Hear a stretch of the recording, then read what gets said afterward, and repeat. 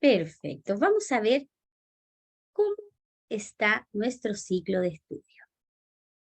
Aquí ustedes pueden ver, por supuesto, que mediante todas estas sesiones vamos a estudiar los capítulos del libro del conductor. Hoy, día miércoles, nos toca estudiar el tema de convivencia vial y el tema del individuo en el tránsito.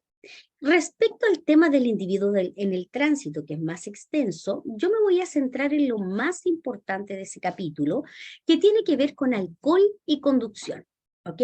Que recuerden que el tema de alcohol y conducción en su examen vale doble puntaje, así que vamos a repasar bien ese contenido y todos los otros contenidos, por supuesto, hay algunos ejercicios que yo se los voy a dejar para que ustedes los puedan repasar en algún momento de estudio personal.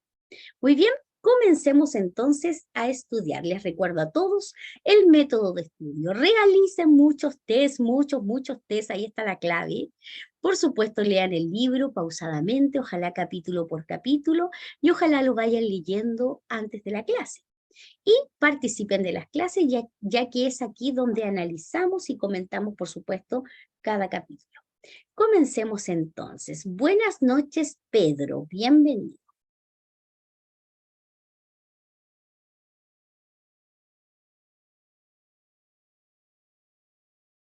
Perfecto, nos vamos a nuestra página principal que es practicatest.cl. Desde aquí estudiamos todos los días. Nos vamos a la sección que dice temarios. Luego nos vamos donde dice temario B y nos vamos al primer capítulo de hoy que habla sobre convivencia vial. Acá está, ponemos leer temario. Muy bien. Comencemos entonces. La convivencia vial, ¿de qué se trata? Minuto, por favor.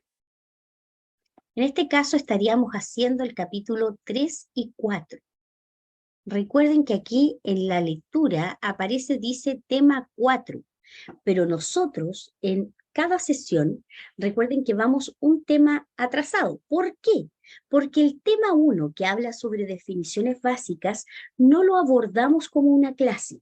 Por lo tanto, para nosotros en este caso sería la sesión número 3. ¿Ok? Recuerden que el tema de definiciones básicas, ustedes las tienen que leer de manera eh, personal en algún momento de estudio.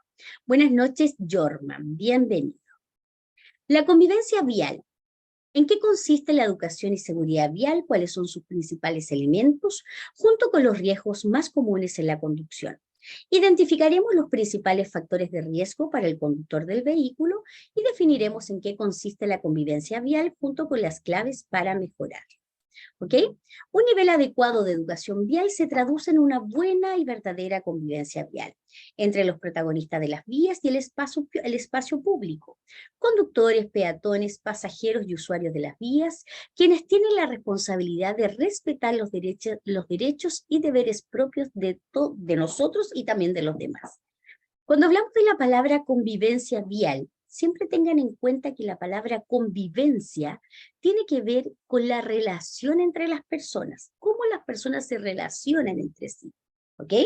Y cuando le ponemos la palabra vial, hablamos de la relación de las personas en el tránsito, ¿ok? De eso trata este tema. La educación vial y la seguridad vial son dos términos que aquí aparecen juntos, pero que no significan lo mismo.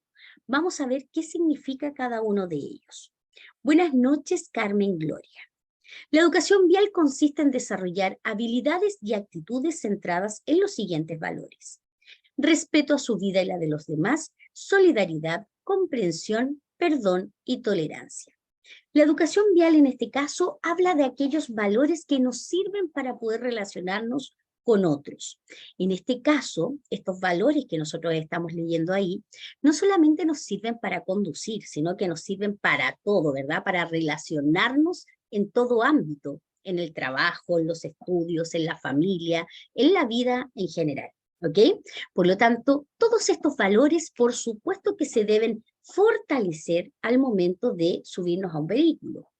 Por ello, la educación vial es mucho más compleja que aprender un catálogo de señales y datos legales y estadísticos respecto a la conducción. requiere de nuestra atención, compromiso y un aprendizaje global que se debe aplicar, pues de ello depende nuestra vida y también la del resto. Todo lo que tiene que ver, en este caso, con la educación vial, con todos estos valores. Acá dice la educación vial es mucho más compleja que aprender un catálogo de señales. Recuerden que en este caso, nosotros, si nos subimos a un vehículo, estamos manejando un vehículo.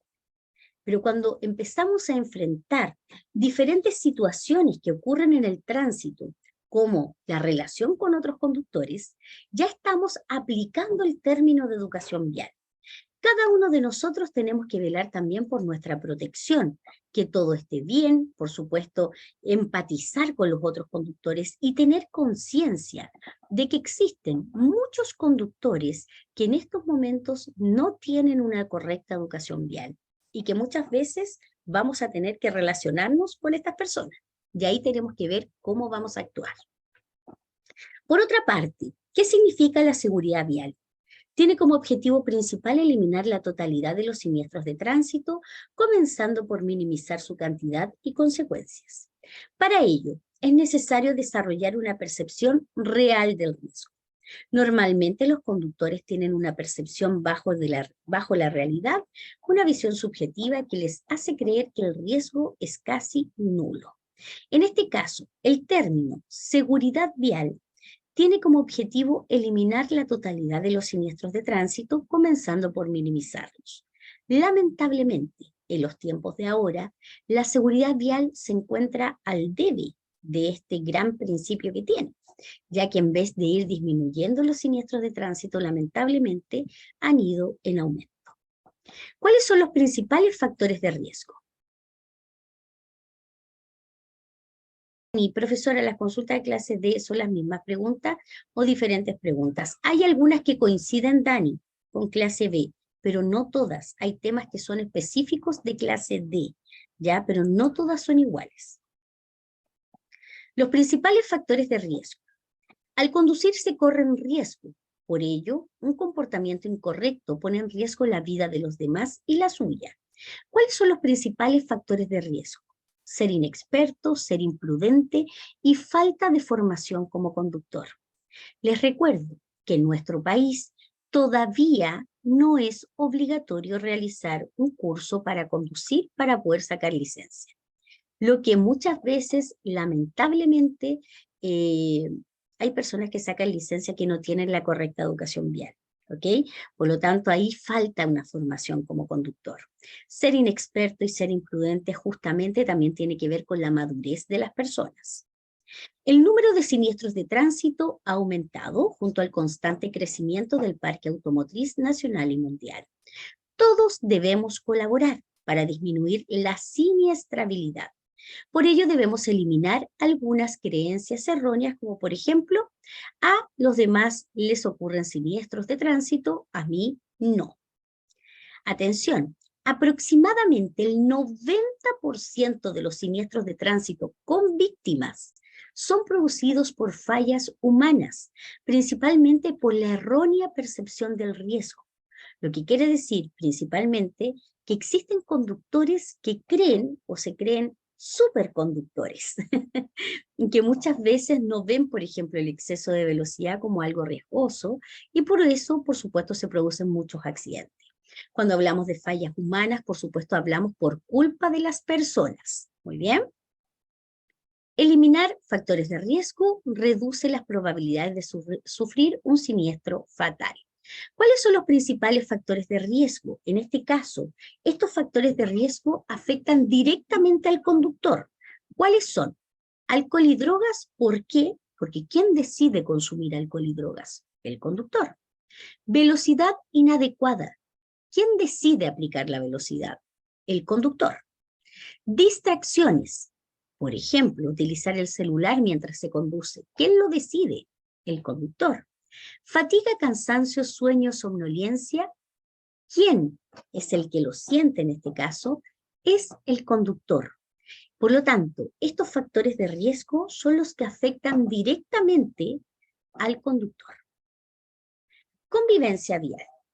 Por diversas razones, como demostrar su habilidad al volante, muchos conductores ponen en riesgo sus vidas y la de los demás con conductas imprudentes como, por ejemplo, circular a exceso de velocidad, adelantar en zonas no permitidas, no respetar la luz roja, no respetar las señales de tránsito, no respetar la luz roja de un semáforo y no respetar un paso de peatones señalizado.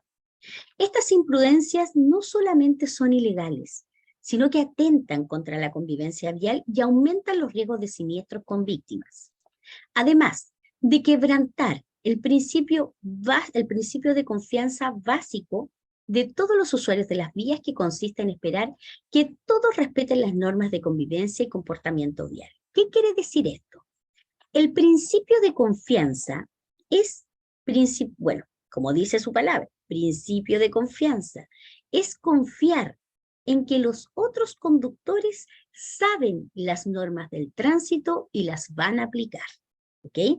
Por lo tanto, por ejemplo, si yo como peatón voy a cruzar la calle y yo confío que en la luz roja se van a detener todos los vehículos porque saben que se tienen que detener para yo poder cruzar la calle, ¿ok? Sí, eso es un principio de confianza, es confiar en que los otros conductores van a cumplir este principio de confianza. Muy bien. Acá tenemos, por supuesto, lo que se traduce en una verdadera convivencia vial. Y tenemos 3 palabras claves en la convivencia vial: precaución, respeto y solidaridad. Son 3 palabras claves para poder convivir con los otros conductores y convivir también con todas las personas que componen el tránsito, no solamente los conductores, sino también los peatones, los ciclistas, los motociclistas, etc. Muy bien. ¿Qué vamos a hablar ahora del entorno vial? Carmen Gloria, profe, hoy lo mismo comentábamos con el profe Mauricio, pues en educación vial y convivencia vial como peatón y conductor falta mucho. Y quizás, como la idea es eliminar en totalidad los siniestros, sea necesario comenzar de la niñez, desde los colegios, clases de educación vial. Créeme, Carmen Gloria, que es algo que yo siempre he pensado. Mira, yo soy profesora, por lo tanto, trabajé muchos años en colegio también. Por lo tanto, me pasa que creo, después que comencé, ya me cambié al tema de la educación vial, considero y me doy cuenta que es un tema pero importantísimo, con lo cual los niños tienen que crecer. Un niño que crece con una correcta educación vial va a ser un excelente conductor en el futuro. Por lo tanto, es imprescindible que los niños sepan de educación vial. Y créeme que para mí sería un ramo estupendo en los colegios. Creo que sería una asignatura que sería transversal también a todas las edades, desde los más pequeños hasta los más grandes. Así que coincido contigo, Carmen Gloria. Pero por supuesto, aquí tú sabes que las leyes están más, muchas veces se preocupan de otras cosas. Por lo tanto, todas las leyes de educación, todo lo que tiene que ver con educación, muchas veces se disgregan por otros caminos y no por lo que es lo más importante también. Muy necesario, claro que sí, en nuestra triste realidad, claro que sí. Buenas noches, Nicole Fernández. El entorno vial, vamos a ver. Se nos dice que las personas componen el tránsito. La palabra tránsito, con la palabra tránsito, pensamos en carreteras, calles y autos. Sin embargo, son las personas quienes conducen y transitan por las vías. Por ello, estas personas son el tránsito. Es decir, todos nosotros pues nos movemos juntos por las vías, procurando una forma ordenada y evitando siniestros basados en principios como la confianza. Entonces, el tránsito son las personas, no son los autos, ¿ok? Ojo que nosotros siempre en nuestro lenguaje cotidiano siempre decimos, uy, hay mucho tránsito hoy día, y nos estamos refiriendo a que hay muchos autos, ¿ok? Pero en realidad, cuando hablamos de la palabra tránsito, tenemos que asimilarlo a que el tránsito son las personas, porque los autos no se conducen solos, ¿ok? Tienen que ver con las personas. Como ya les decía, el principio de confianza, si no pensáramos que los demás cumplirán las reglas en las vías, no podríamos salir a la calle. Eso es el principio de confianza. Es decir, todos confiamos en que el resto respetará las normas en las vías, ya sea conductor, peatón u otro usuario de la misma. Compromiso, convivencia y educación vial. Es un compromiso con los demás que consiste en estar siempre consciente que somos un integrante más en la circulación, al lado de peatones y ciclistas que son los más vulnerables. Tener conciencia, siempre como conductores, que nosotros no conducimos solos, conducimos con mucha gente a nuestro alrededor, ¿ok? Por lo tanto, todas nuestras decisiones no solamente me afectan a mí, sino que también le afectan a otros, ¿ok? ¿Qué es el entorno vial? El entorno vial es un espacio de convivencia social de desarrollo humano que se centra en las vías donde circulan los vehículos y todos los usuarios de las vías, como peatones y ciclistas. Es todo el espacio donde nosotros salimos a desarrollarnos, ¿ok? Cuando salimos a la calle, por ejemplo, siempre vamos a hacer algo. Vamos a comprar, vamos a trabajar, a estudiar, a hacer deporte, no sé, pero siempre vamos a hacer algo. Por eso se llama o se le dice que el entorno vial es un espacio de desarrollo humano. Precaución. Es un principio fundamental al conducir. Todos pueden cometer errores, por ello se debe conducir a la defensiva y preventiva. Respeto.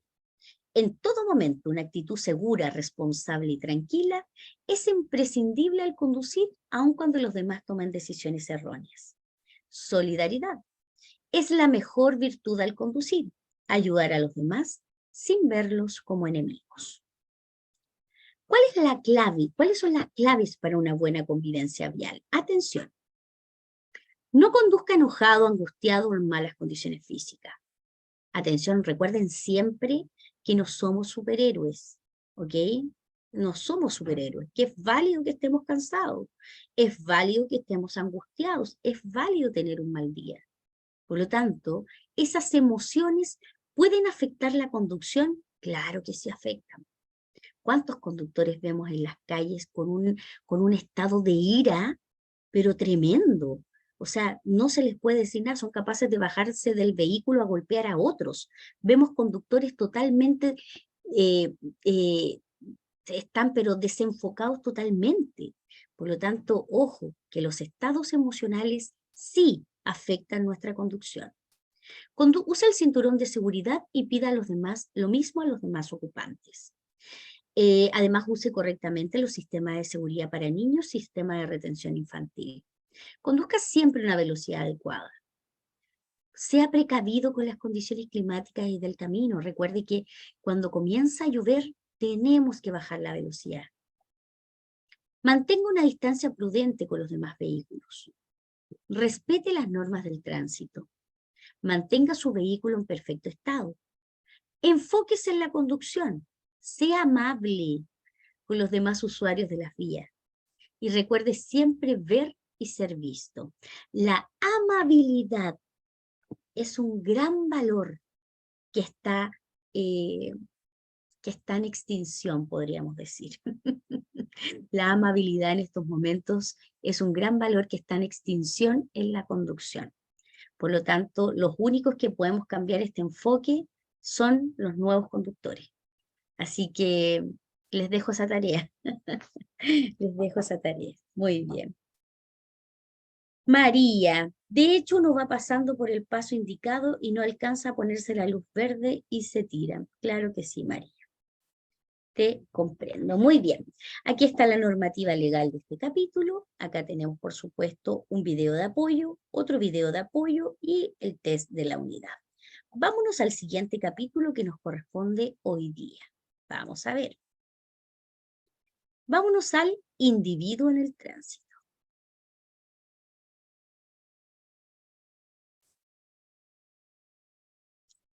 ¿Qué nos dice este capítulo del individuo en el tránsito? Vamos a ver. ¿Qué vamos a aprender en esta unidad? Nos vamos a centrar en la figura del conductor del vehículo al que la licencia B habilita a manejar. Trataremos aquellos factores que inciden negativamente en las capacidades del conductor y a qué sanciones se enfrenta por la comisión de delitos al volante. Por último, Identificaremos los efectos que produce la fatiga, somnolencia, estrés o alcohol en el organismo del conductor. Vamos a ver. ¿Qué nos dice? Que la conducción de un vehículo implica grandes exigencias. ¿Por qué ocurren los siniestros? Comúnmente al conducir las personas olvidan sus limitaciones y capacidades humanas, aunque pueda sonar exagerado. Por esta razón, es muy importante que usted esté consciente del actuar de las personas desde el inicio de su formación como conductor. Para ello, los conocimientos que se entregan aquí son fundamentales. ¿Qué quiere decir esto? A ver, tengan claro que el libro del conductor no tiene todas las respuestas y es probable que yo tampoco se las dé. ¿A qué me refiero? Que en todo lo que suceda en el tránsito, cuando ustedes sean conductores, se van a enfrentar a situaciones que nunca nadie les dijo, ¿ok? Por lo tanto, tenemos que estar preparados y muchas veces tenemos que usar el sentido común para poder resolver situaciones, ¿ok? Yo siempre les cuento a mis alumnos que yo recién cuando estaba conduciendo, hace muchos años, que recién estaba conduciendo, me pasó que iba conduciendo por una calle en Santiago, iba conduciendo muy bien, y justo había una protesta. Y esta protesta la gente se empezó a meter a la calle y todos los vehículos quedamos parados, ¿okay? Porque la gente empezó a caminar por la calle como si fuera una vereda. Y resulta que había mucha gente. Por lo tanto, los vehículos teníamos que avanzar muy lentito para no, por supuesto, para no atropellar a nadie, ¿ok? Pero también, esa es una situación que hay que ocupar el sentido común y aplicar algo muy importante, que es la calma. Si yo me desespero en una situación así, lo más probable es que deje botado el vehículo y me vaya en micro, ¿ok? Por lo tanto, calma y pensar, ¿qué hago? ¿Por dónde salgo? ¿Cómo resuelvo esta situación? ¿Ok? Por lo tanto, me acuerdo que al final seguimos todos los vehículos en una fila y pudimos salir del lugar, pero todo fue con mucha calma. ¿Ok? ¿Qué nos dicen las estadísticas? Señalan que los conductores principiantes tienen 10 veces más siniestros que los experimentados. Al menos una vez en su vida, las personas se ven involucradas en algún siniestro con víctimas. No quiere decir que a ustedes les vaya a pasar, esto es solo una estadística, ¿ok? No se vayan a asustar. Muy bien, perfecto. Aquí tenemos el acompañamiento a un conductor en su viaje. Esto es un ejercicio que está bastante bien explicado, se los voy a dejar para que ustedes lo puedan revisar en algún momento de estudio personal, ¿ok?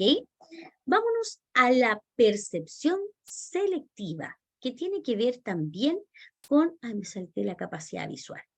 La capacidad visual, en este caso, vamos a empezar por ahí. Ver correctamente en diversas situaciones al conducir es muy complejo. De noche, con lluvia, de día, con sol, de frente, hasta factores simples como vidrios limpios influyen en la capacidad visual.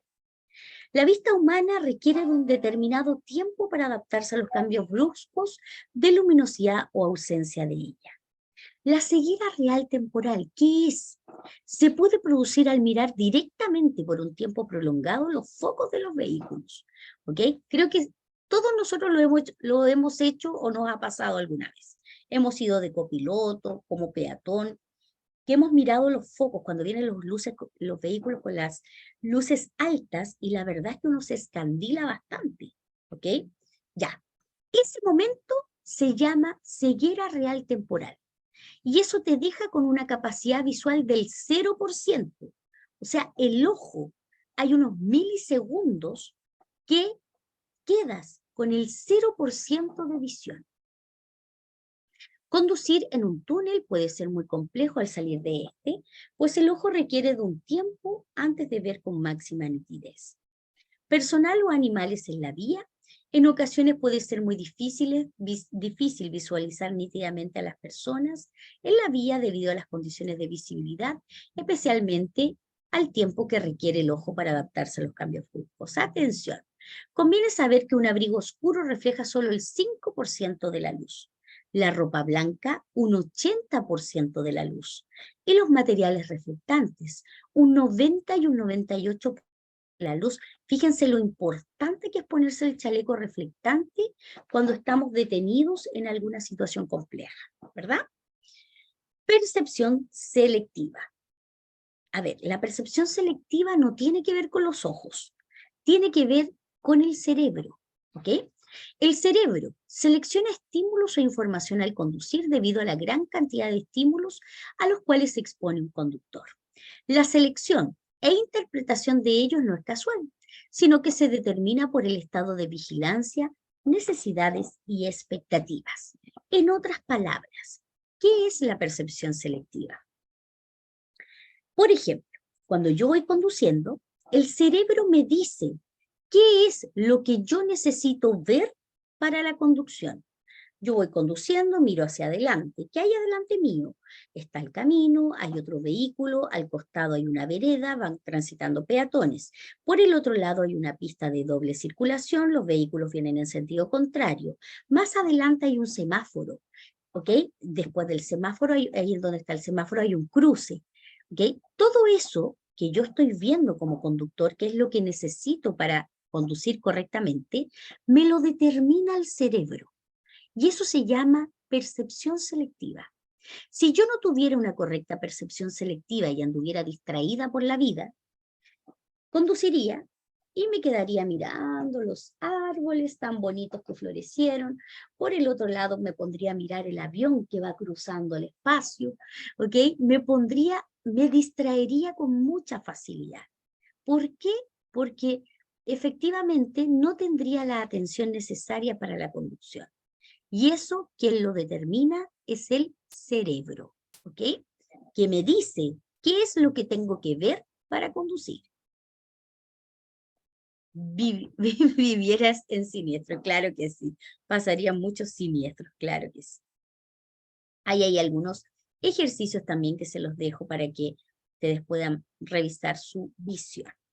Visión directa y visión periférica, ¿qué es? La visión periférica junto con la visión directa se complementan en un efecto de compenetración. Es decir, se descubren cosas con la visión periférica y se reconocen con la visión directa. La visión periférica entrega al menos un campo visual de 180 grados. Los conductores experimentados utilizan mucho más la visión periférica que los inexpertos. Vamos a ver. Fíjense en esta imagen. La flecha amarilla me dice lo que es la visión directa. Miro hacia adelante. La visión periférica me permite tener una visual o una perspectiva de 180 grados. Para poder conducir tengo que complementar estos dos tipos de visión, ¿ok? Generalmente este complemento se produce cuando ya tenemos suficiente experiencia. Cuando recién están conduciendo o estamos conduciendo, ocupamos mucho más la visión directa, porque vamos súper concentrados mirando para adelante. No olvidamos lo que pasa alrededor, pero después cuando uno ya tiene más experiencia, se va soltando un poquito más y comienza, por supuesto, a complementar estos dos tipos de visión. ¿Muy bien? Perfecto. Efecto visión de túnel. Al aumentar la velocidad del campo visual disminuye, pues al ir más rápido, usted fija mucho más su visión. Es decir, comienza a privilegiar la visión directa, en desmedro de la visión periférica. La visión de túnel también aparece en situaciones de estrés. Vamos a ver. Aquí, lo que dice la letra A, nos dice, a ver, la visión de túnel no tiene nada que ver con ir adentro de un túnel. La visión de túnel tiene que ver principalmente con la velocidad. A mayor velocidad, menor campo visual tengo. Por ejemplo, un vehículo que va a 130 kilómetros por hora, el campo visual es de 30 grados, como indica la letra A. Un vehículo que va a 100 kilómetros por hora, el campo visual es de 42 grados, como indica la letra B. Un vehículo que va a 65 kilómetros por hora, el campo visual es de 70 grados, como indica la letra C. Y finalmente, si usted va a 35 kilómetros por hora, el campo visual ya se amplía bastante a la letra D, a 100 grados en este caso, como indica la letra D. Muy bien. Perfecto. Ahí está, efecto visión de túnel. Muy bien. Vámonos ahora al tema más importante de este capítulo, que tiene que ver con alcohol y conducción. ¿Qué nos señala la ley sobre tomar y manejar? En el 2012 se promulgó la ley Tolerancia Cero, que disminuyó los niveles de alcohol en la sangre permitidos para la conducción y la definición de conducción bajo la influencia del alcohol y estado de ebriedad, además de aumentar las multas asociadas a dichas faltas. Atención con la fecha. 2012 se aplicó o promulgó la ley Tolerancia Cero. Pregunta de examen. La ley Tolerancia Cero en este caso estableció los estados etílicos, podríamos llamarlo, que determinan qué es conducir bajo la influencia del alcohol y qué es conducir en estado de ebriedad. ¿Qué es conducir bajo la influencia del alcohol? Es de 0,31 a 0,79 gramos por mil de alcohol en la sangre. Conducir en estado de ebriedad es de 0,8 más gramos por mil de alcohol en la sangre. De 0,8 hacia arriba, estado de ebriedad. Atención con estos niveles, porque esto se lo tienen que memorizar, porque esto sí o sí les puede salir en el examen. Pregunta full examen. La conducción bajo la influencia del alcohol es sancionada con multas y suspensión de licencia de conductor.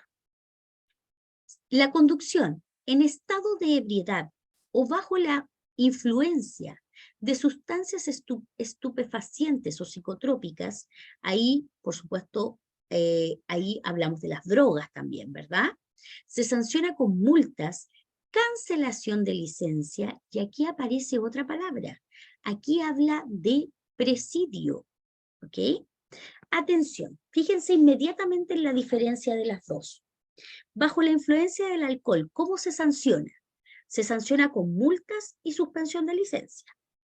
En estado de ebriedad o bajo la influencia de las drogas, ¿cómo se sanciona? Se sanciona con multas, con cancelación de licencia y con presidio, ¿ok? O sea, ¿el presidio solamente es en estado de ebriedad? Sí, en nuestro país así es. ¿Y el presidio, quién lo determina? Ahí aparece la famosa Ley Emilia. La Ley Emilia determina el presidio o cárcel y establece la conducción en estado de ebriedad como un delito, ¿ok? Y ahí aparece algo también, que es el vacío que tiene la Ley Emilia, que el delito solamente lo atribuye a estado de ebriedad. Pero si tú matas a una persona y estás bajo la influencia del alcohol solamente, no en estado de ebriedad, estás bajo la influencia del alcohol, solamente hay multas y suspensión de licencia. No hay presidio. Ese es el vacío que tiene la ley Emilia, pero también vamos a hablar de ella más adelante. Las sanciones aumentan en caso de reincidencia o si el conductor, además de haber bebido, participa en un siniestro en el que resulten daños o personas fallecidas o con lesiones. ¿Cómo actúa la ley Tolerancia Cero? Vamos a ver. Una persona bajo la influencia del alcohol causa un siniestro sin daño ni lesiones y es su primera vez, se sanciona el tiempo de suspensión es de 3 meses. Suspensión de la licencia. Lo mismo, bajo la influencia del alcohol, causa un accidente con lesiones gravísimas o la muerte de alguien y es su primera vez, se suspende la licencia de 3 a 5 años. Lo mismo, perdón, aquí cambiamos el estado. El estado etílico cambia a estado de ebriedad. Causa un accidente sin daño ni lesiones y es su primera vez, se suspende la licencia por 2 años. En estado de ebriedad, causa un accidente sin daño ni lesiones y es su segunda vez, se suspende la licencia por 5 años. En estado de ebriedad, causa un accidente sin daño ni lesiones y ya es su tercera vez. Aquí aparece una nueva palabra que habla de cancelación. La cancelación no es lo mismo que suspensión. La cancelación habla de cancelar la licencia por 12 años. ¿Y quién puede revocar esta medida? Solamente lo puede revocar un juez. Muy bien. Y en estado de ebriedad, una persona causa lesiones gravísimas o la muerte de otra persona, y es su primera vez, se inhabilita la licencia de por vida. Muy bien. Perfecto. Hablemos de la ley Emilia. La ley Emilia fue promulgada el 2014. Fíjense que apareció la ley Tolerancia Cero el 2012 y después el 2014 aparece la ley Emilia. Sanciona con cárcel efectiva de al menos 1 año a los conductores en estado de ebriedad que generen lesiones gravísimas o la muerte de terceros. Como ustedes saben, en este caso, eso es lo mismo que acabamos de leer, la sanción de la ley Tolerancia Cero. La ley Emilia estableció como delito 3 acciones. Primero, lesionar gravemente o provocar la muerte de una persona conduciendo en estado de ebriedad. Negarse a realizar el alcotés o la alcoholemia. Y fugarse del lugar del accidente. ¿Por qué estas 3 acciones se establecen como delito? Porque resulta que Emilia, yo no sé si ustedes se acuerdan, pero Emilia era una niña que iba viajando con sus padres en su vehículo y Emilia incluso iba en su sistema de retención infantil. Una persona chocó a esta familia. Lamentablemente Emilia falleció y la persona que chocó a la familia, en este caso, realizó estas 3 acciones. Primero, provocó la muerte de Emilia. Se negó a realizar el alcotés y además se fugó del lugar. ¿Ok? Eso fue por eso apareció también esta ley. ¿Qué tenemos que hacer en caso de siniestro vial? Con o sin alcohol. ¿Ok? Primero, detener la marcha. Prestar ayuda al que fuese el posible afectado y dar cuenta a autoridades sobre el hecho.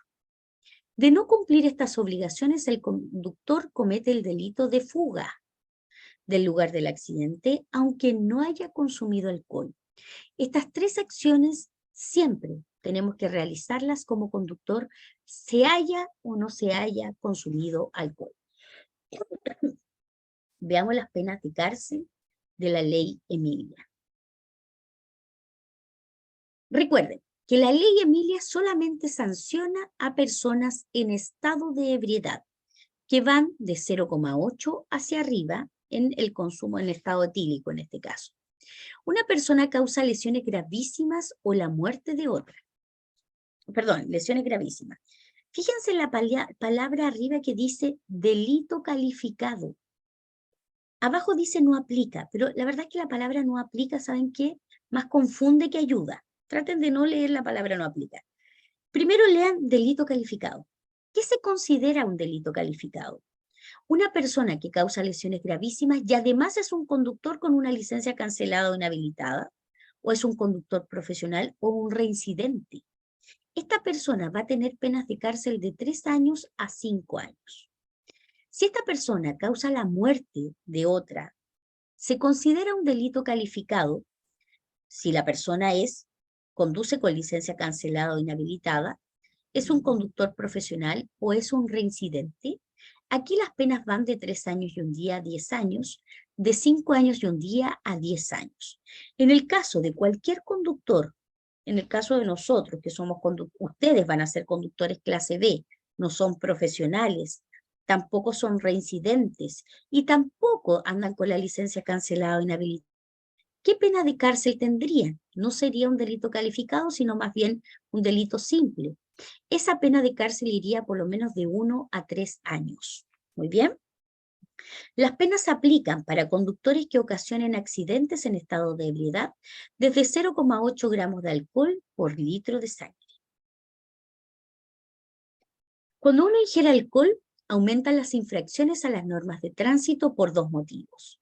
Porque las capacidades se ven deterioradas o disminuidas, porque se tiene menor sentido de la responsabilidad y la prudencia. Los efectos del alcohol en el organismo. El principal afectado siempre es el cerebro, siempre, principalmente afectando la atención, procesamiento de la información y percepción. La capacidad de reacción con alcohol, Con muy pequeñas dosis de alcohol, las capacidades de reacción y coordinación se ven afectadas y pueden producir resultados catastróficos debido a la imprudencia de conductores que manejan aun cuando han bebido. El estado de ánimo con alcohol. El estado de ánimo es perturbado por la presencia de alcohol en el organismo. Esto disminuye e incluso inhibe la capacidad de distinguir entre diferentes estímulos, influyendo negativamente en el tiempo de reacción. Reducción de la visión. Cuando una persona bebe, puede notar una reducción en la visión, pues su visión directa puede funcionar.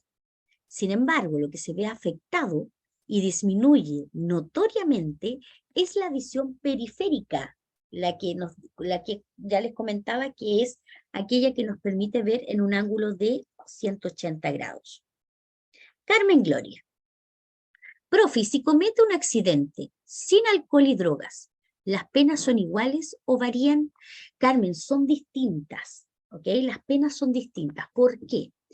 Porque una persona que no ha consumido alcohol ni drogas y genera un accidente o mata a una persona en un siniestro, en un accidente, ¿ahí qué pasa? No puede actuar la ley tolerancia cero y tampoco la ley Emilia porque no hay consumo de alcohol.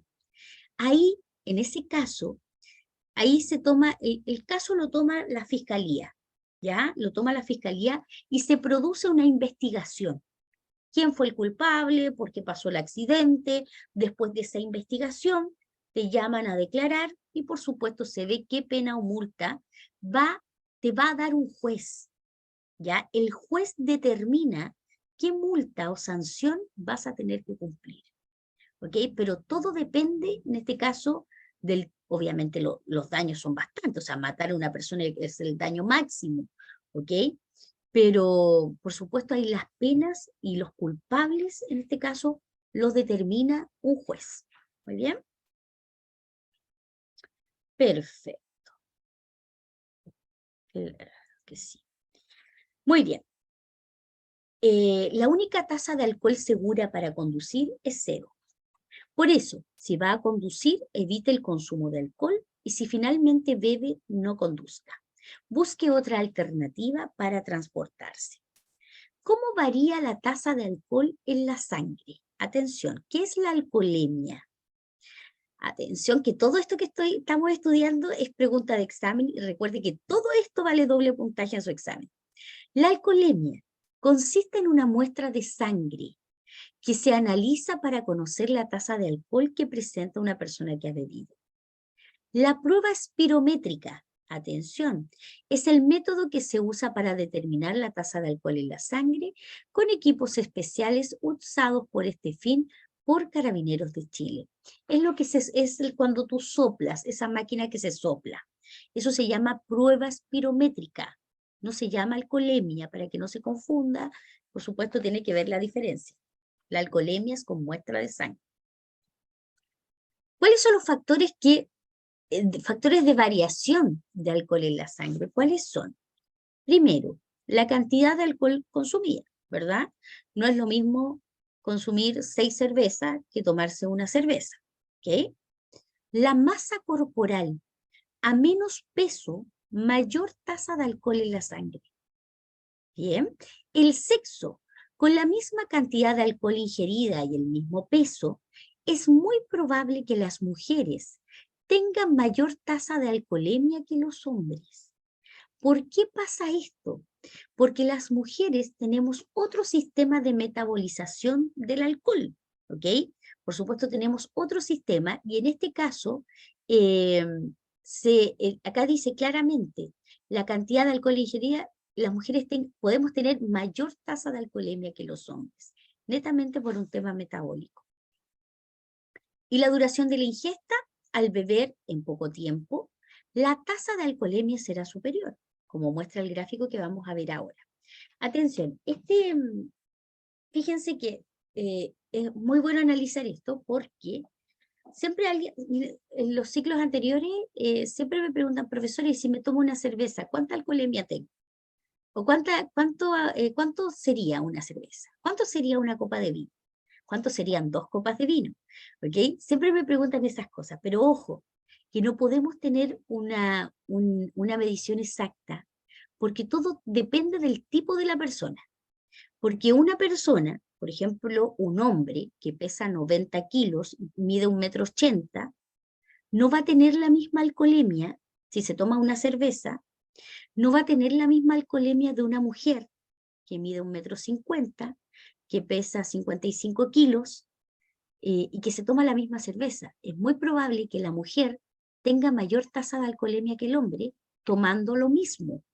Y por eso depende, en este caso, de la masa corporal y también del sexo, como dice acá también el libro del conductor. Miren acá.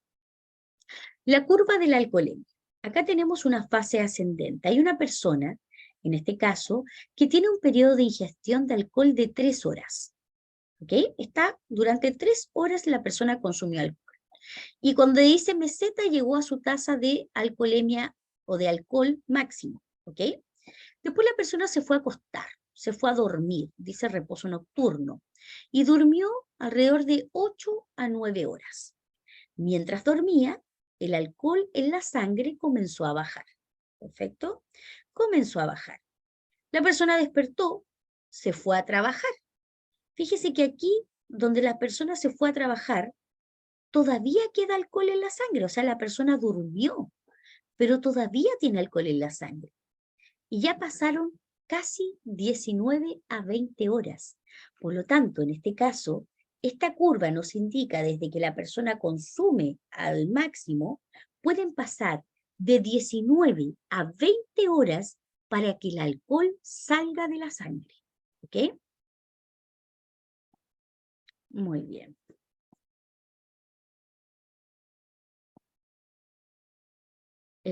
Carmen me dice, profesora, ¿qué hay de cierto que algunas frutas como la manzana que uno pueda consumir puede arrojar como si fuera alcohol? Carmen Gloria, la verdad es que ahí no lo sé. Ya no sé si hay alguien que esté conectado hoy día que tenga mayor información sobre eso. Yo ahí no lo sé, Carmen Gloria, no te podría contestar eso. Pero si alguien lo sabe, los invito a responder. Claro que sí. La detección de alcohol en la sangre. El alcohol en la sangre se detecta a los 5 minutos de la ingesta. Atención, pregunta de examen. Liberación de alcohol en la sangre. El cuerpo metaboliza el alcohol y dicho proceso no se puede acelerar. Los remedios caseros, como el café, el cigarrillo, la ducha fría o ejercicios físicos, solo transforman a una persona borracha adormecida en una persona borracha despierta. Importante, dormir algunas horas podría no ser suficiente para garantizar una conducción segura. El alimento ingerido reduce el alcohol en la sangre. El alcohol mezclado con bebidas carbonatadas fomenta la absorción por el estómago. O sea, en este caso hablamos del alimento ingerido. Una persona que come, la verdad es que después de haber consumido durante el consumo, por supuesto acá dice claramente que es una forma de reducir el alcohol en la sangre. Ojo. La edad. Mayores de 65 y menores de 18 años son el grupo que percibe más fuertemente los efectos del alcohol. Los conductores de menor edad están en mayor riesgo al conducir bajo la influencia del alcohol, pues aún no han automatizado muchos movimientos. Ahí tenemos, por supuesto, un video explicativo.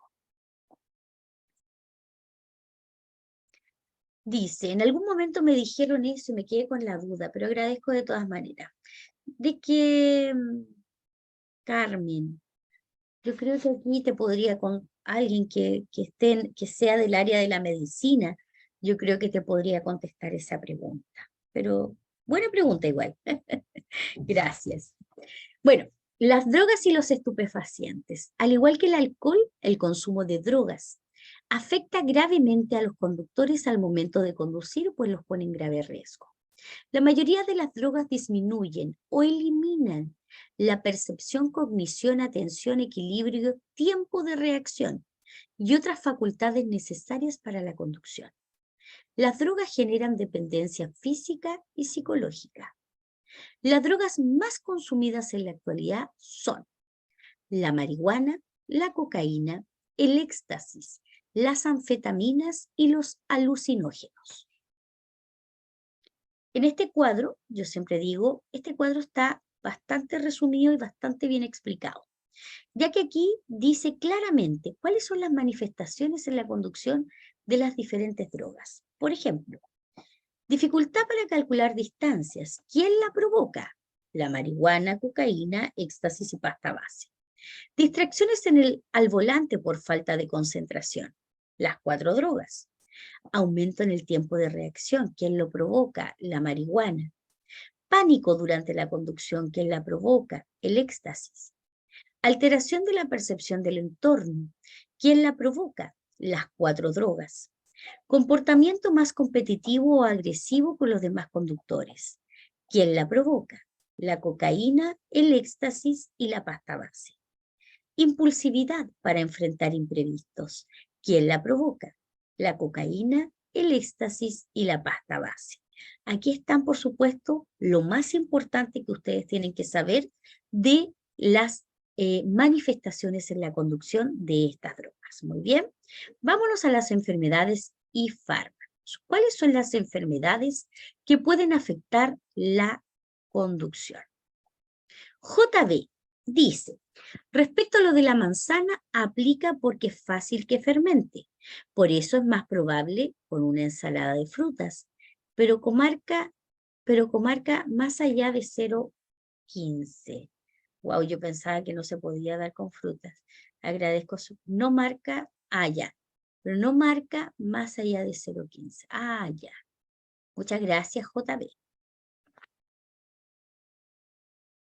Las enfermedades que pueden afectar la conducción se seleccionan en 3 grupos. ¿Cuáles son estos 3 grupos? Las enfermedades cardíacas, las enfermedades respiratorias y las enfermedades neurológicas o trastornos mentales. ¿Cuáles son las cardíacas? Hipertensión arterial, arritmia, angina de pecho, infarto, insuficiencia cardíaca. Las enfermedades respiratorias, rinitis alérgica, gripe resfriado común, asma bronquial, bronquitis crónica, apnea obstructiva del sueño. ¿Y cuáles son las enfermedades neurológicas y trastornos mentales? Las demencias, epilepsia, depresión y trastornos de ansiedad. A ver, con respecto a las enfermedades, hay enfermedades que cuando uno va a sacar su licencia de conducir por primera vez, uno las tiene que declarar. Y estas enfermedades yo las declaro mediante, te pasan una ficha donde uno dice, mira, yo tengo, no sé, o epilepsia, ¿ok? Epilepsia. Si tú tienes epilepsia, además tienes que poner que la tienes controlada con medicamentos. Y lo más probable es que te pidan un certificado médico que diga que sí puedes conducir, ¿ok? Hay enfermedades crónicas que tienen que llevar un certificado médico que avale que usted está en condiciones de conducir porque tiene la enfermedad controlada. Pero también existen algunas enfermedades que, para lo cual, según mi criterio, yo diría, no podrías conducir. Por ejemplo, una persona con demencia o con Alzheimer no podría conducir, ¿ok? Una persona que tiene una depresión muy fuerte tampoco puede conducir. Por lo tanto, las enfermedades en sí mismo dependen mucho de la gravedad de cada una y de las características de cada enfermedad, ¿ok? Pero todas estas enfermedades son las que afectan la conducción. ¿Cómo disminuyo el riesgo de siniestros cuando tengo una enfermedad crónica? Primero, tengo que conocer muy bien la enfermedad. Debo tener claro los efectos de los medicamentos del tratamiento. O sea, si yo voy a tomar medicamento y me va a dar sueño, no puedo conducir, ¿ok? Debo reconocer los síntomas de una crisis. No conducir durante una crisis o fase compleja. Debo seguir todas las instrucciones médicas. Y no beber alcohol mientras toma medicamentos. Muy bien, estos son los consejos que dan el libro del conductor para poder, por supuesto, aplicar a todas esas enfermedades crónicas por si alguno de ustedes la tiene. Muy bien, Perfecto, queridos estudiantes, hemos llegado hasta aquí en este capítulo. Vamos a hacer algunas preguntas de este capítulo y del anterior, así que no se me vayan. Vamos a hacer algunas preguntitas. Por supuesto, primera pregunta dice así. Según el libro del nuevo conductor, ¿cuáles son los valores que nos transmite la educación vial? A. La valentía, el arrojo, la temeridad. B. Respeto solo hacia uno mismo, destreza en el manejo del vehículo y cumplimiento de las normas del tránsito. C. Respeto, solidaridad, comprensión y tolerancia.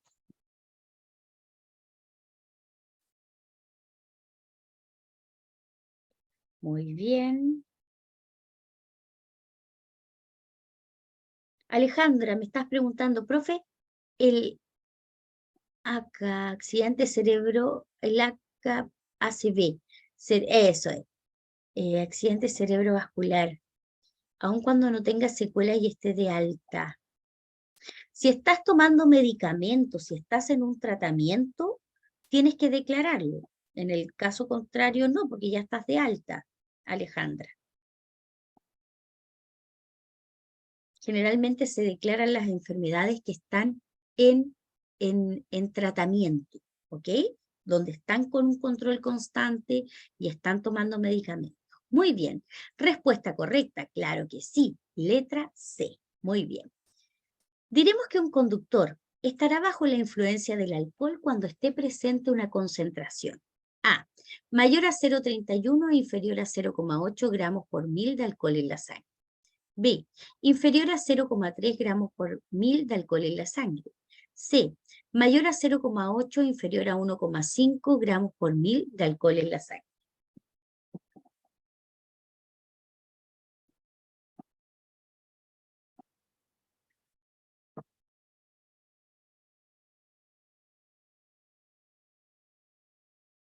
Claramente es la letra A. Vamos a ver. Claro que sí. Súper bien. Mayor a 0,31, inferior a 0,8. Si les aparece 0,79, también es correcto. ¿Ok? La visión de túnel se produce cuando A. El conductor utiliza su campo visual al máximo. B. El conductor aumenta la velocidad significativamente. C. Las luces del vehículo se encuentran mal ajustadas.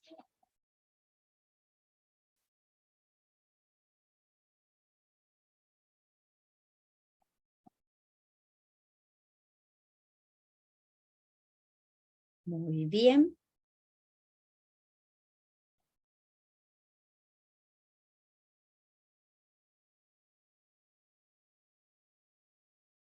David Bianchi me dice, esa diferencia de 0,01 no aplica.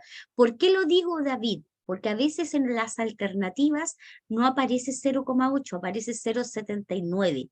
En el caso que aparezca 0,79 y no haya ninguna otra alternativa que diga 0,8, es correcta, la de 0,79, ¿ok?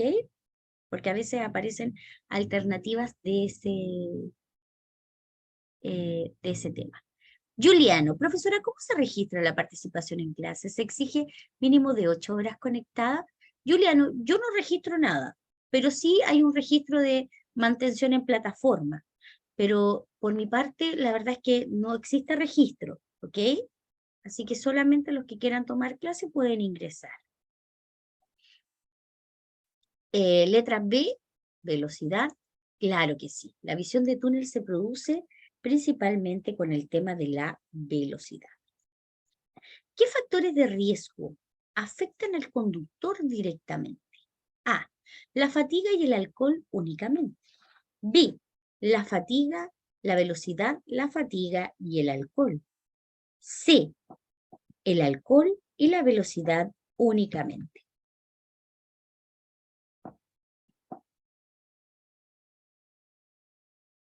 Marque su respuesta.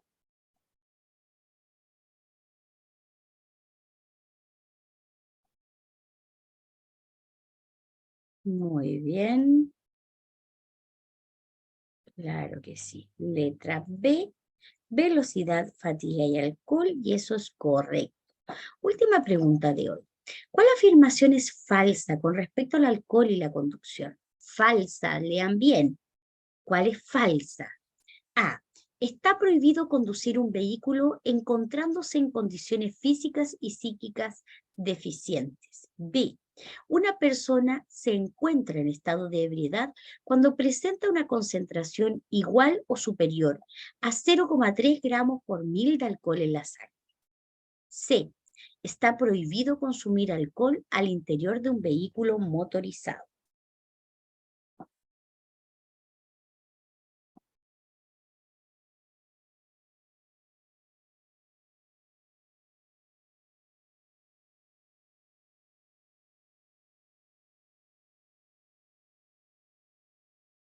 Perfecto. La que es falsa claramente es la letra B, ya que aquí dice se encuentra en estado de ebriedad cuando una persona presenta una concentración igual o superior a 0,3, y eso no es correcto, es 0,8, ¿verdad? Claro que sí, yo sabía que ustedes sabían. Muy bien. Perfecto, queridos estudiantes de Práctica Test. Ya hemos llegado al final de estos dos capítulos, intensos capítulos que tuvimos hoy día. Mañana nos toca el tema de usuarios vulnerables. Así que los que puedan, lean este capítulo durante el día o ahora antes de acostarse, lean este capítulo, fíjense que no es tan difícil, tampoco es tan largo, así que los que puedan lean este capítulo para tener los contenidos fresquitos y nos juntemos en la noche a estudiar todos. ¿Ok? Que tengan excelente día mañana, que les vaya increíble en todo lo que hagan. Y nos vemos mañana, por supuesto, a las 21 horas. Que estén súper, súper bien. Hasta mañana. Buenas noches. ¿A qué hora, María? A las 9 de la noche nos vemos. Chao, chao. Nos vemos. Profe, consulta esta grabación. ¿A qué hora aparece Carmen Gloria? Debería aparecer mañana, después de las 10 de la mañana, debería ser. Después de las 10 de la mañana. ¿Ok? Cariños a todos, que estén bien. Hasta mañana. Chao, chao.